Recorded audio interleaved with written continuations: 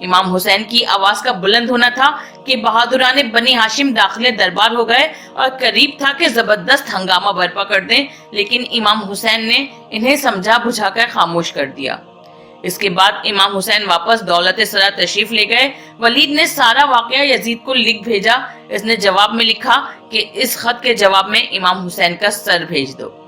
ولید نے یزید کا خط امام حسین کے پاس بھیج کر کہلا بھیجا کہ فرزند رسول، میں یزید کے کہنے پر کسی صورت سے عمل نہیں کر سکتا، لیکن آپ کو باخبر کرتا ہوں اور بتانا چاہتا ہوں کہ یزید آپ کے خون کے بہانے کے در پر ہے۔ امام حسین نے صبر کے ساتھ حالات پر غور کیا اور نانا کے روزے پر جا کر درد دل بیان فرمایا اور بے انتہا روئے۔ صبح صادق کے قریب مکان میں واپس آئے۔ دوسری رات کو پھر روزہ رسول پر تشریف لے گئے اور مناجات کے بعد روتے روتے سو گئے۔ خواب میں آن حضرت صلی اللہ علیہ وآلہ وسلم کو دیکھا کہ آپ حسین کی پیشانی کا بوسہ لے رہے ہیں اور فرما رہے ہیں کہ اے نور نظر، ان قریب امت تمہیں شہید کر دے گی۔ بیٹا، تم بھوکے اور پیاسے ہوگے، تم فریاد کرتے ہوگے اور کوئی تمہاری فریاد رسی نہ کرے گا۔ امام حسین کی آنکھ کھل گئی۔ آپ دولت سرا واپس تشریف لائے اور اپنے اعضا کو جمع کر کے فرمانے لگے کہ اب اس کے سوا کوئی چارہ کار نہیں کہ میں مدینہ کو چھوڑ دوں۔ ترک وطن کا فیصلہ کرنے کے بعد روضہ امام حسن اور مزار جناب سیدہ پر تشریف لے گئے۔ بھائی سے رخصت ہوئے، ماں کو سلام کیا، قبر سے جواب سلام آیا۔ نانا کے روزے پر رخصت آخری کے لیے تشریف لے گئے۔ روتے روتے سو گئے۔ سرور کائنات نے خواب میں صبر کی تلقین کی اور فرمایا، بیٹا، ہم تمہارے انتظار میں ہیں۔ اللہم صلی علی محمد وعلی محمد وعجل فرجہم اجمعین۔ برائے مہربانی ہمارے اس چینل کو لائک کیجیے، شیئر کیجیے، کمنٹ کیجیے اور سبسکرائب کیجیے اور بیل آئیکن کو پریس کیجیے تاکہ آگے بھی ہماری ویڈیوز آپ کو برابر ملتی رہیں۔